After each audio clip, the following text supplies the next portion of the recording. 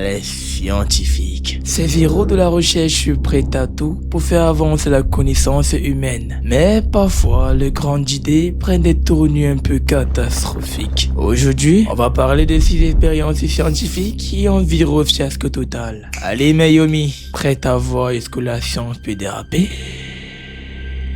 La super souris mutante, 1950.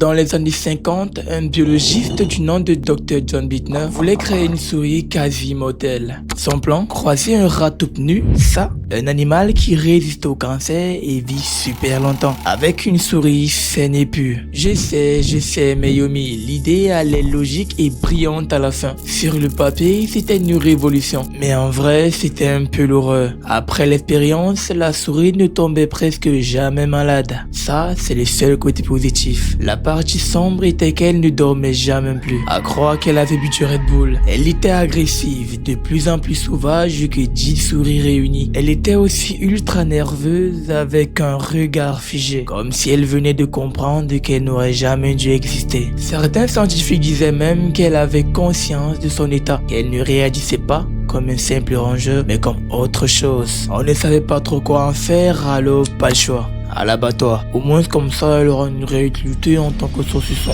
Bon, Yumi, créer une souris immortelle, c'était peut-être un peu trop ambitieux. Mais certains scientifiques, eux, ont préféré tester quelque chose de beaucoup plus simple. L'expérience de la puce des singes, 1960. Mes chers Yumi, bienvenue dans les années 60, une époque où la science avançait, parfois sans trop réfléchir aux conséquences. Et parmi ces expériences douteuses, il y a celle du Dr. James Ketchum, un médecin militaire américain. Son objectif, comprendre comment les drogues altèrent le comportement humain. Et quoi de mieux que de tester du LSD sur des singes? Comme à ce qui paraît, ils partagent environ 98,98 de notre ADN. Les Yumi, les résultats étaient...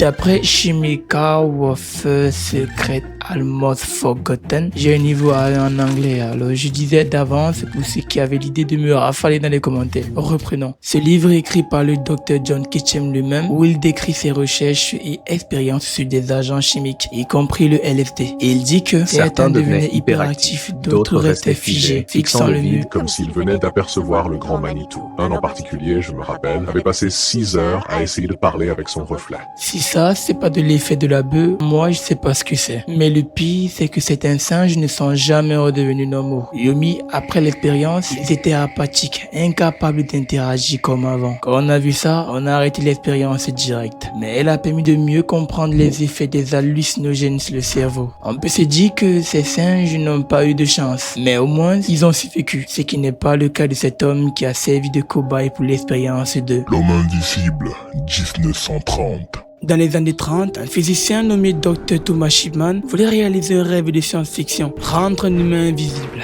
Son idée, grosso modo, c'était de modifier la réfraction de la lumière sur le corps en utilisant des radiations extrêmement puissantes. Le cobaye humain a subi plusieurs expositions massives. Résultat, pas d'invisibilité et que nenni, mais plutôt une dégradation totale du corps. Ses cheveux sont tombés, sa peau est devenue rouge vif, puis noire par endroits. Rapidement, il a commencé à souffrir de douleurs atroces et il est mort dans des souffrances indescriptibles. L'expérience a été immédiatement classée et tous les documents officiels ont disparu après la Seconde Guerre mondiale. Cette tentative d'invisibilité a coûté une vie, mais parfois ce sont des milliers de vies qui sont mises en danger. Observons du côté du Moyen-Âge avec Le vaccin contre la peste, 1914. Au XIVe siècle, l'Europe dont la population était d'environ 75 millions avant la peste noire, voit cette épidémie réduit le nombre d'habitants à environ 50 millions.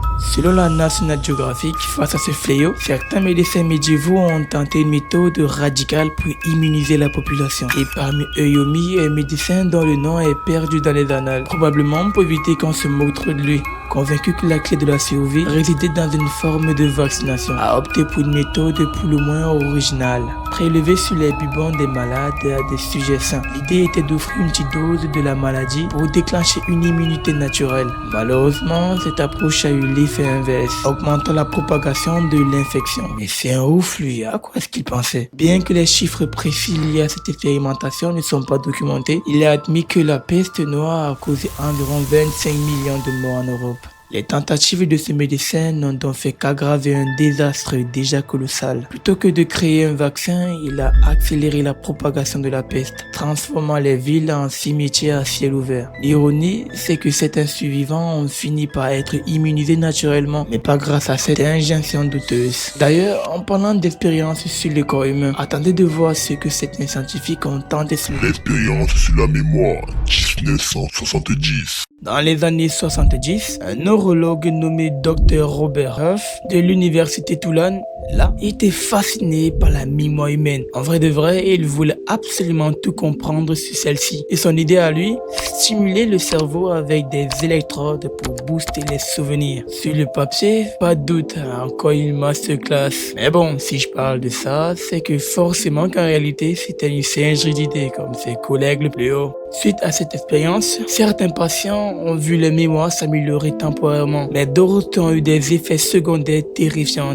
D'après la AHRP, certains ne se souvenaient plus de leur propre nom, d'autres mélangeaient des souvenirs réels avec des hallucinations. Le cas le plus flippant, un homme qui croyait vivre plusieurs moments de sa vie en même temps, incapable de savoir s'il était enfant, adulte ou dans un rêve. Un autre, lui, il m'a choqué de ouf. Alors le mec ne se rappelait même plus s'il était réellement en couple ou pas, ce qui arrangerait certaines personnes, disons le terme. L'expérience a été stoppée quand les chercheurs ont réalisé qu'ils venaient peut-être d'inventer une forme d'amnésie artificielle, mais sans retour en arrière. Yomi, jouer avec la mémoire, c'est déjà risqué. Mais si vous pensez que ça ne peut pas être pire, vous n'êtes pas prêt à imaginer ce qu'a coûté. L'IRA, 13 milliards de dollars.